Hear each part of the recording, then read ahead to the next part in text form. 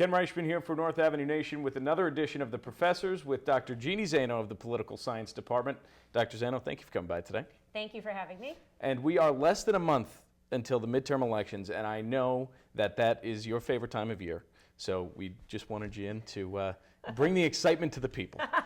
Thank you, Kenny. You know, it is. This is what we live for, right? It's the midterm elections. I'll be even more excited. You're going to be graduated by then, but in 2016, presidential election, I'll be even more excited. But it's a great time of year. Right, and it's a good thing that you mentioned it, but the difference between the midterm and the presidential election, obviously, it's pretty substantial. But why is it important for people to go out and vote in the midterm elections? Well, it's critical. I mean, this election cycle, we have the Senate up for grabs, essentially, which party is going to control the Senate. You know, that seems to be the major issue that people are watching this cycle. But also, you know, for your individual races at the gubernatorial level, at the representatives, House of Representatives level, and of course, lower level races, it's very important for people to get to turn out. But unfortunately, what happens in midterm elections is turnout is incredibly low. So, you know, as much as we encourage people to turn out, it is really an uphill battle. And let's talk a little bit about what you mentioned in the beginning there, the Senate up for grabs. Now that is the important process this time around. And where do you think it's going to go? Because right now we have a Democratic White House, and we have the Republican House and the Democratic Senate. On November 5th, is that going to be different? Well, that's the big question. You know, Republicans need to pick up 6 seats to take the Senate, and the map favors the Republicans this time around. So if you look at the 33 plus seats that are up, there's a few seats that are up that weren't in this cycle, but there's 33, a third of the Senate up every 2 years. This year, the map really favors Republicans because most of the contested races are in the South or in places that are what we call red Republican conservative states. So it's a time when the Republicans should do well for that reason. It's a time when they should do well because in most of those states, the president is wildly unpopular with polls around 30%. They also should do very well because traditionally in the 6th year of a president's term, the party that's not in the White House picks up seats. So for all those reasons, Republicans should do remarkably well. And I think the big story of the election so far is that they are not polling as far ahead as many people expected. In other words, the Democrats are keeping up. Now, that's not to say that this is a loss for the Republicans or that they will fail to take the Senate, but that it's much closer than many of us predicted at the outset. So let's assume really quickly that the Republicans do take the Senate in 2014. What kind of landscape does that give for 2016 when the president is up for, obviously new president, but when the Democrats and Republicans go head to head for there? Yeah, this is something that, you know, I've debated with so many people about. You know, there's a school of thought which says, you know, Republicans should fight as hard as they can as a party, obviously, to take the Senate and then look forward to 16. But there's also a school of thought which says, if the Republicans take the Senate, that's going to benefit Democratic presidential candidates because it's going to be easier to make the case to the American public that you don't want the Republicans taking the entire government, right? Because in that case, you'd have a House and Senate controlled by Republicans, and the question is who's going to control the executive branch. So the idea being that that would benefit Hillary Clinton, that would benefit Elizabeth Warren, Joe Biden, any of the potential Democratic candidates. Right. Now, there's some disagreement on that, but you know that's going to be one of the big questions. The other thing is, of course, the issues, right? You know, if the Republicans take the Senate, what is President Obama able to do for the next 2 years? You know, if recent history tells us anything, it's going to be not much. Right. But, you know, that's going to be a big question. Will he be able to get any big policies through? You know, if he isn't able to do that, that may hurt the Democrats.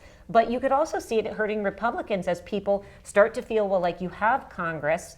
You know, you have played this kind of, really just opposition role. You haven't put forward a platform or a program, and so they may hold it against Republicans. So it's going to be interesting to see how it kind of all pans out in 2016. But certainly, some of the arguments that we're seeing this time around are going to, you know, be made again in the 2016 cycle. Right, again, Ken Reischmann here with Dr. Jeanne Zaino, Political Science Department. We're talking midterm elections. And Dr. Zaino, you mentioned it in that last sentence there, the issues. Are they really what's at hand here, or is it Democrat, Republican, just ideological thinking? It depends on who you talk to, really. You know, there are really important issues at stake, you know, as in every election, but in this election in particular. And you hear them out on the campaign trail. But you hear them through this lens of ideology and this lens of partisanship and certainly this anti-Washington lens. So, we do get a lot of that. But if you think about the issues that people are thinking an awful lot about this time around, there's many more foreign policy issues at stake than we see in most midterm elections, everything from the Ukraine and Russia to the Middle East, certainly ISIS or ISIL, and certainly the recent crisis with Ebola. You can go on and on. Those are not usually issues that would impact a midterm in the way these things have. And then, of course, there's the bread and butter domestic issues that are always front and center: jobs, the economy, healthcare, certainly, Social Security, minimum wage, and then the all-important issue of immigration. So there, not to mention education and everything else. So the list goes on and on. The list goes on and on. And the point is that, the issues really are at stake. And so if you think about for college-age students like yourself, the importance of getting out to vote is because if you don't get out to vote, politicians will respond to those people who are getting out to vote. There's always a lot of talk about how negative the campaigning is, how extreme a lot of the language is, and it certainly is. But there's a reason that campaign managers and candidates speak like that. It's because turnout is going to be from the extreme parts of the party. If moderate people would go out and vote, you'd hear a lot less of that. If young people would go out to vote in larger numbers during the midterm, you'd hear more about education, for instance. You'd hear more about the cost of college. You'd hear more about, health care benefits and jobs, certainly, which is all important to college students. So, if you don't get out to vote, you're not going to hear that reflected the next time around. So it's critical, and I should preface that by saying college-age students have been getting out to vote, but not so much in midterms. Right. And what the most interesting thing to me is Congress has under a 10% approval rating. Yet every midterm and every 2 years we see the same people get reelected. Why is it that people have such a hard time voting out their own representatives, yet put such a bad shadow on the entire Congress? Yeah, that's one of our favorite statistics, is that, your approval rating is in the toilet, as we say, under 10%. It can't get much lower. And yet the incumbency reelection rate is 90+%. Almost religiously every year or in every election cycle. There's so many things at play. People certainly do like their representative and senator, in part because representatives and senators do know how to communicate with their constituents, and people actually like them. But the other part of it is, again, turnout, right? Who's getting out to vote? You're getting very low turnouts in these elections. So you're not speaking about the entire population. When you take a poll and say 10% of the public favors Congress, 90% don't favor it, when you're talking an election, you could be talking 15, 20, 25% of the population only. And then, of course, because the way our election laws work, the deck is stacked in favor of incumbents and in favor of people with means and the money and the resources to run effectively, and against those who don't have it. So, if you talk about running in a place like New York with an incredibly expensive media market, it is very hard to do that unless you are extremely individually wealthy or you have gone out and raised lots of money. You look at, Governor Cuomo. He has raised to date $45 million to his challenger, Rob Astorino's, about probably $4 to $5 million. I mean, you think about that discrepancy. There is no way for Rob Astorino to win on the air. And the polls with a 21% point difference in favor of the current governor reflect that. Right. So let's look at some of the races that are going on right now. And what do you find the most interesting? And you mentioned a little bit of the money in politics. What is the most interesting race, and where do you think we'll see the biggest surprise? I think I am incredibly interested in the number of women that are running. Mm-hmm. So if you look at a place like Iowa, which has never elected a woman to the House, the Senate, or the governorship, which is astounding. You have there a very popular Republican candidate in Joni Ernst against a Democratic candidate who's not quite as popular, Bruce Braley. And that race is probably going to go down to the wire. So that's when I'm incredibly interested, given the history of Iowa and how close it is. And also, of course, Iowa is always a really important bellwether state to watch.